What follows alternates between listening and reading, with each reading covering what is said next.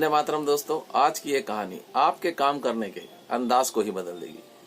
दोस्तों, ये कहानी है गांव के दो ऐसे विद्यार्थियों की जो एक ही स्कूल में पढ़ा करते थे और दोनों के दोनों पढ़ाई में, स्पोर्ट्स में, हर चीज में नंबर 1 आया करते थे। जो उनके अध्यापक थे उनसे बहुत ही खुश थे। कुछ समय पश्चात दोनों बच्चे एक साथ वहां से 12th पास करते हैं और शहर में आ जाते हैं। कुछ सालों बाद वो दोनों के दोनों बच्चे एक ही थाने के अंदर जॉब कर रहे होते हैं।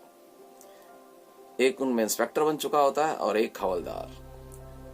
जब गांव से काफी सालों बाद उनके गुरु उनसे मिलने के लिए आते हैं, वो देखते हैं कि दोनों विद्यार्थी मेरे एक ही थाने में काम कर रहे हैं। पर उनको ये बात डाइजेस्ट नहीं हो पाती कि दोनों पढ़ाई में एक जैसे थे, स्पोर्ट्स में एक जैसे थे, तो एक इंस्पेक्टर बन गया और दूसरा हवलदार क्यों। वो दोनों से मिलते हैं, बड़े खुश होते हैं, बट जाते जाते एक जिज्ञासा उनके मन में रह जाती है। तो जब वो बाहर जा रहे होते हैं तो उनके सीनियर उनको बाहर मिल जाते हैं। तो उनसे पूछ ही लेते हैं कि ये दोनों मेरे ही विद्यार्थी थे, पढ़ाई में एक जैसे थे, स्पोर्ट्स में एक जैसे थे, फिर इतना बड़ा डिफरेंस कैसे हो गया कि एक इंस्पेक्टर और एक हवलदार। तो उनका सीनियर उनकी जिज्ञासा को शांत करने के लिए उनको अपने साथ बिठाता है और कहते हैं, देखिए मैं आपके सामने एक छोटा सा काम कराऊंगा और आपको ये पता लग जाएगा कि इन दोनों में इतना फर्क क्यों है। हाँ दोस्तों, यहीं से आपकी लर्निंग स्टार्ट होने वाली है, ध्यान से सुनिएगा।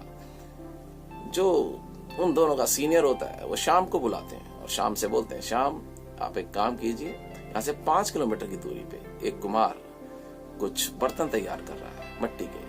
आप जाइए और देख कर आइए कि उसके पास मटके कितने तरह के हैं। शाम वहां जाता है और देख कर आता है, वापिस आके रिपोर्ट करता है, सर उसके पास जो मटके हैं 3 तरह के हैं। वो कहते हैं अच्छा। कहते हैं मटके के अलावा क्या वो वहां पे कुछ और भी चीज बना रहा था, जैसे कुछ सुराइयां बना रहा हो या वो कुछ गुल्लक बना रहा हो।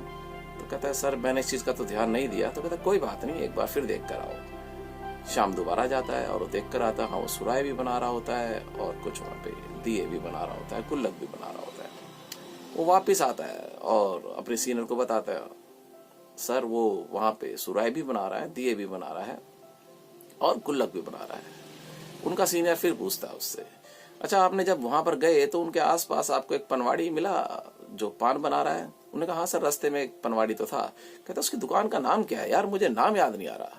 कहता सर नाम तो मैंने ध्यान नहीं दिया। तो कहता चलो कोई बात नहीं, आप जरा एक बार उसका नाम दिखाओ।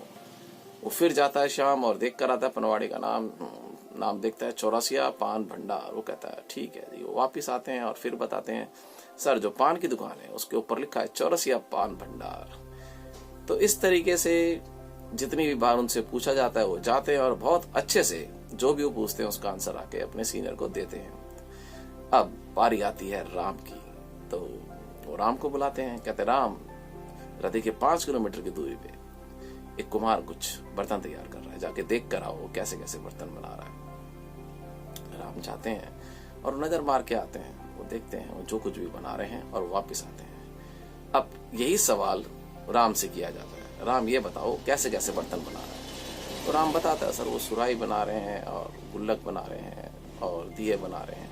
इंस्पेक्टर उनसे दोबारा पूछता है, उनका सीनियर, कि अच्छा ये बताओ वो और क्या क्या चीजें बना रहे हैं? फिर वो खुल के बताते हैं सारी चीजें कि सर वो कई ऐसी चीजें बना रहे हैं, जैसे छोटी छोटी चीजें हो गई, आपके छोटे दिए, बड़े दिए हो गए, आपके कुछ खिलौने भी थे उसके अंदर मिट्टी के, वो सब भी बना रहा था। कहता है अच्छा वेरी गुड।